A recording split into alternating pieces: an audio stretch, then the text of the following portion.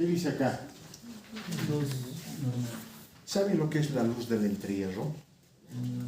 ¿Nada? Sí. Pero, ¿por qué no leen? Pero Está en la bujía. che, yo no entiendo. La luz entre el metal y el... Ay, ¿Cuál metal? ay, me olvidó su nombre. ¿Cuál metal? ¿De qué metal me estás hablando? Puede ser hasta 4 entrehierros, si no me equivoco.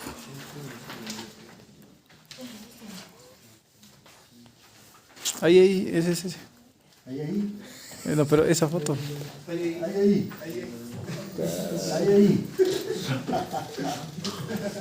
Ya, escúcheme bien. Tengo el modelo y el modelo me va a decir qué luz debo ver, revisar de la bujía. ¿Qué se llama esta luz? Luz Del entrehierro. Luz del entrehierro. ¿Cuál es esa luz? El espacio entre el electrodo central y el electrodo lateral. Ay, ¿Cuál es la herramienta con la que se utiliza para medir esa luz? Gauge. Pasa, no pasa. Pasa. Es que aquí lo vamos a leer. Y el pasa no pasa se los presento. Ahí está. ¿Cuál gauge? Ahora, claro, tal vez gauge medidor ya, pero de varillas, conocido como calibrador. ¿Pasa o no pasa? Son varillitas, fíjense, que tienen una dimensión. Y que esa dimensión es la que tengo que medir. Esta es la varillita. Correcto, de forma incorrecta, la forma de medir la luz del entrehierro. Y cada bujía, jóvenes, lo tengo que revisar bajo este criterio. Ustedes han hecho ese trabajo, ¿no? La luz del entrehierro, ¿correcto? En las bujías. ¿Cómo determino? De acuerdo al modelo. ¿Qué luz le voy a dar del entrehierro de las bujías del motor X? ¿Qué tengo que ver? El modelo de las bujías. Y de hecho tenemos esa configuración. Y que hay un manual que está en el internet inclusive, ya, respecto a lo que es la luz del entrehierro. A ver, fíjense.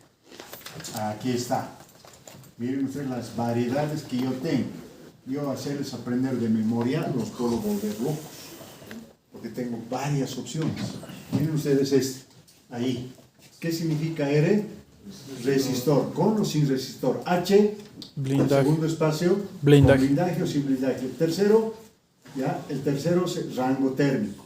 ¿Ya? Ahí la descripción de rango térmico. Tercero, alcance. Blindaje, resistor, rango térmico.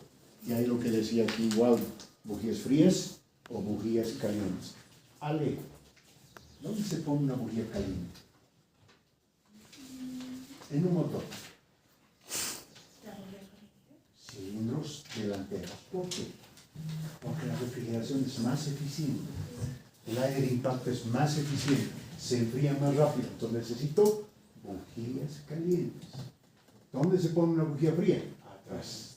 Porque la refrigeración es menor, entonces es una bujía fría. ¿De acuerdo? Para que trabaje en un rango térmico. Una bujía no puede trabajar o muy caliente o muy fría. Tiene que haber una temperatura de trabajo moderada. ¿De acuerdo? Entonces ahí está codificación de las bujías spark plug de un motor recíproco. ¿De acuerdo? Calientes, frías, ¿por qué se llama? Con 1, con 2, con 3 electrodos, en fin. ¿De acuerdo? Un detallito, cuidado que se me olvide en el grupo del motor IO 520, estas arandelitas. Cuando uno no conoce, saca la bujía, tiene su banquito. En ese proceso de llevarlo al banquito, porque tiene un banquito para poder conservar las bujías, la arandela se cayó. Como no conozco, pasó, y cuando estoy instalando, ¿y dónde está la arandela? No tenía licencia. Lo más típico. Todos ahorita las bujías tienen, por si acaso. Creo que es el grupo de SAI. Entonces, todos tienen esa bujía. Todas las bujías siempre las tenemos que cuidar, las tenemos que mantener por el tema de ¿qué? De ser muy delicadas las bujías. Y todas las bujías tienen su banquito para acomodar las bujías. Fíjense, ahí está. ¿Cómo acomodo las bujías en este banquito? ¿Que tengo que agarrar, ponerlo en el bolsillo, en una bolsita o en el estante? No, en ese banquito. banquito para desmontaje de bujías. Este banquito dice bujías superiores arriba y bujías inferiores de un cilindro. ¿Ya? No puedo mezclar porque el desgaste son diferentes. Lo que es donde corresponde. Tema de bujías, ¿de acuerdo? Bujías calientes, bujías frías, en fin. Entonces, todo este contenido está en el texto. Los que ni siquiera han ojeado, revísenlo, léanlo, ¿de acuerdo? Bien, seguiremos sistema de encendido de baja tensión. Para cerrar, sistema de encendido de alta tensión. Y les voy a mostrar un circuito. El calado. Un circuito. Ahí está.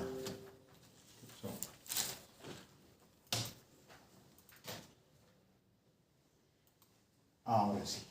Sistema de encendido de alta tensión. ¿Para qué tipo de motores, Waldo?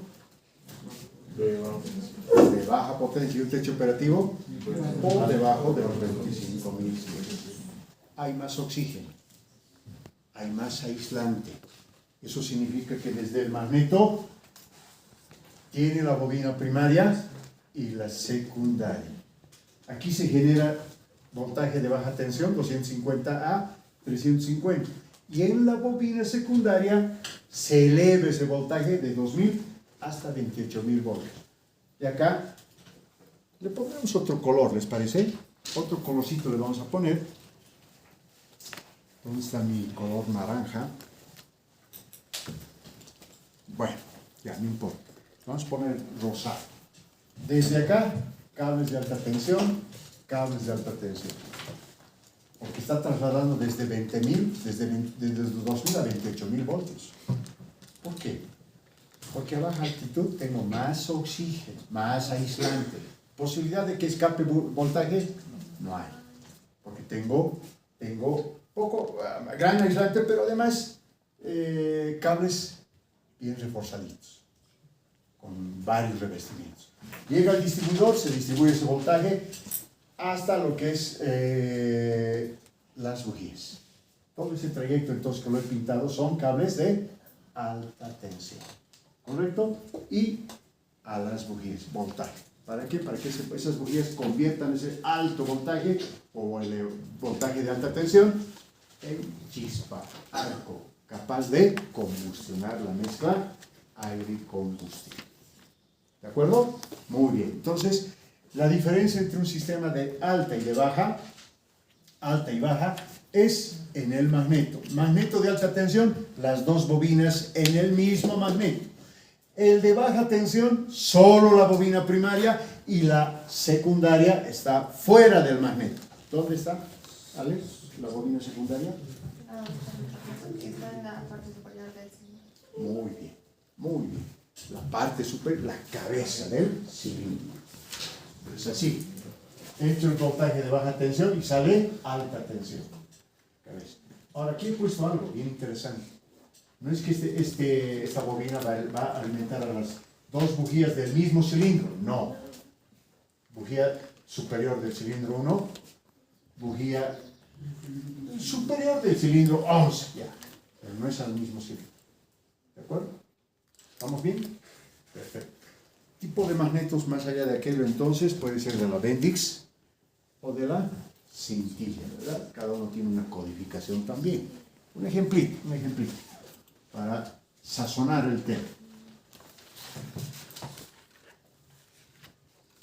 Aquí está.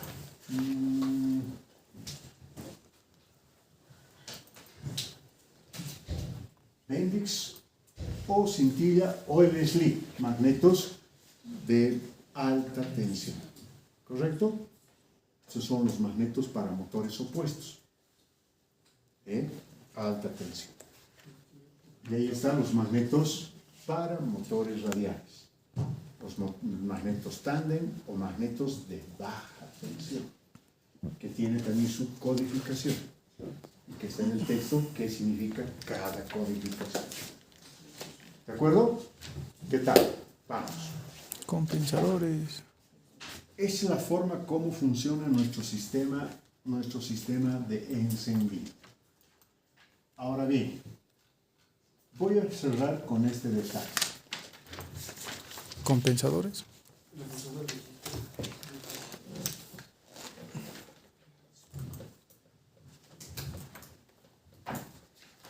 Cada sistema de encendido tiene un reforzador de chispa. No sé, Marcos, si te acuerdas qué tipo de reforzadores hay. ¿No te acuerdas? Realmente no, pero sí la función de Pero la función de lo has leído, pero no lo has leído muy bien, completamente. ¿no? Lo has ojeado. Hay 4 tipos de reforzadores de chispa. Pero ¿cuál es la función primero? Su nombre lo dice. Reforzar el voltaje en los magnetos. Y por diseño, magneto izquierdo. Solo a la izquierda. ¿Cómo es que refuerza?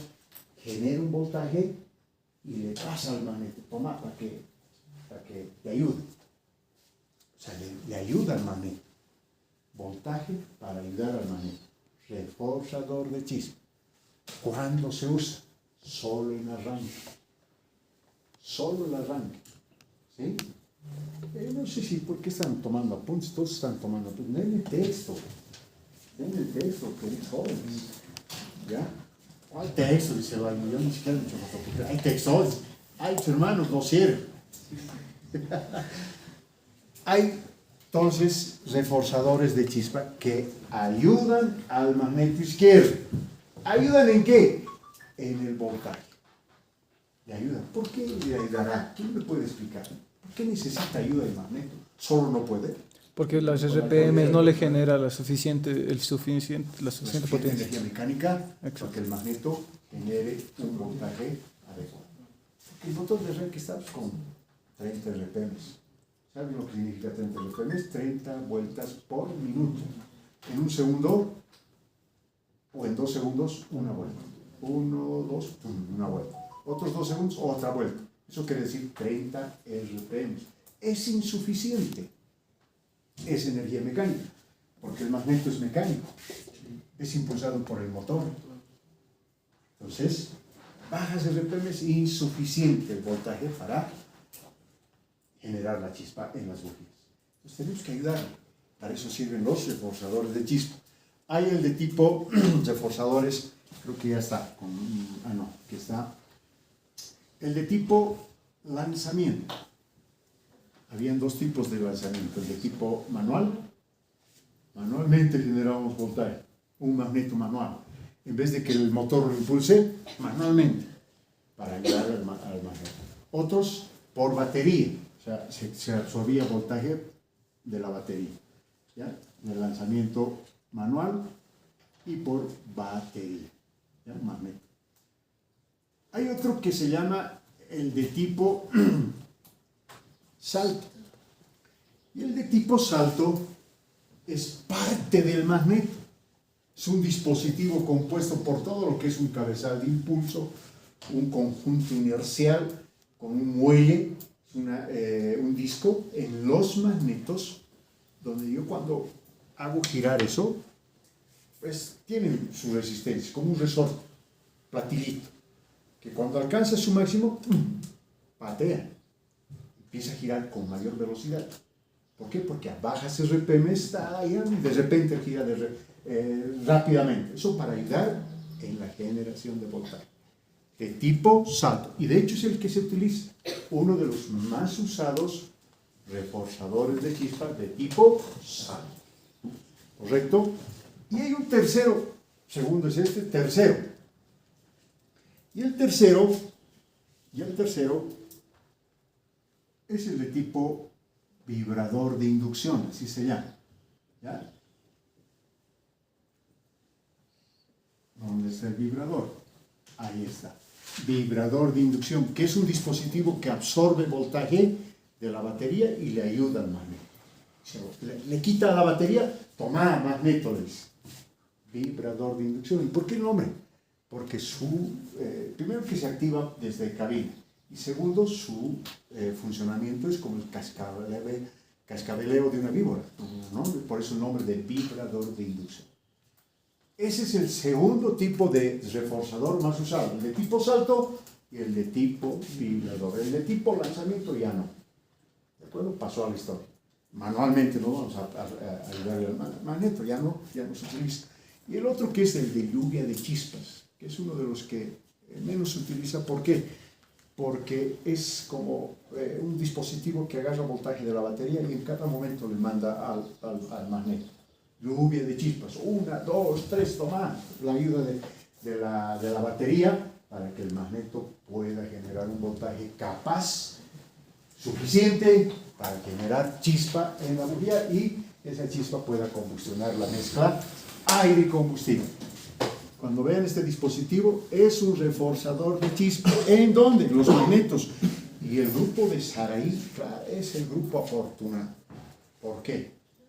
Porque todo lo que estamos viendo lo podemos asociar en ese motor. El otro grupo es del motor radial. Porque lo que estamos viendo también lo ponen. Ahora, de pronto lo que está en el motor ultraligero, primero que es un motor de un sistema de encendido por batería. Por batería. Y es un motor Rotax. Por batería. Tiene un capacitor. Y además un sistema de encendido que tiene puede ser 2 capacitores o un solo capacitor. ¿Verdad? Y de hecho que ese sistema de encendido está en el código mismo del motor. ¿No? ¿De acuerdo? Entonces, y también son afortunados porque están asociados por bobina, del Rotax con bobina, y del IO 520 por magneto. Del radial por magneto. O sea que ahorita tenemos los 2 sistemas de encendido en el hangar. Afortunados. Por eso es la idea de que lo que la teoría se ve, se nota. Alguien me decía, no, licenciado, mucha teoría, más práctica. Matan se aprende, licenciado. En otros rubros sí, en aeronáutica no. Matan se aprende, ¿cómo se hace? ¿Tengo que destrozar para aprender? No. En aeronáutica tengo que cometer menos errores posibles, por eso que la teoría lo tenemos que poner en práctica. Y un detallito para cerrar la clase y nos vamos al hangar. Especialmente para los que están en el IO 520, cuando hablamos de bujías.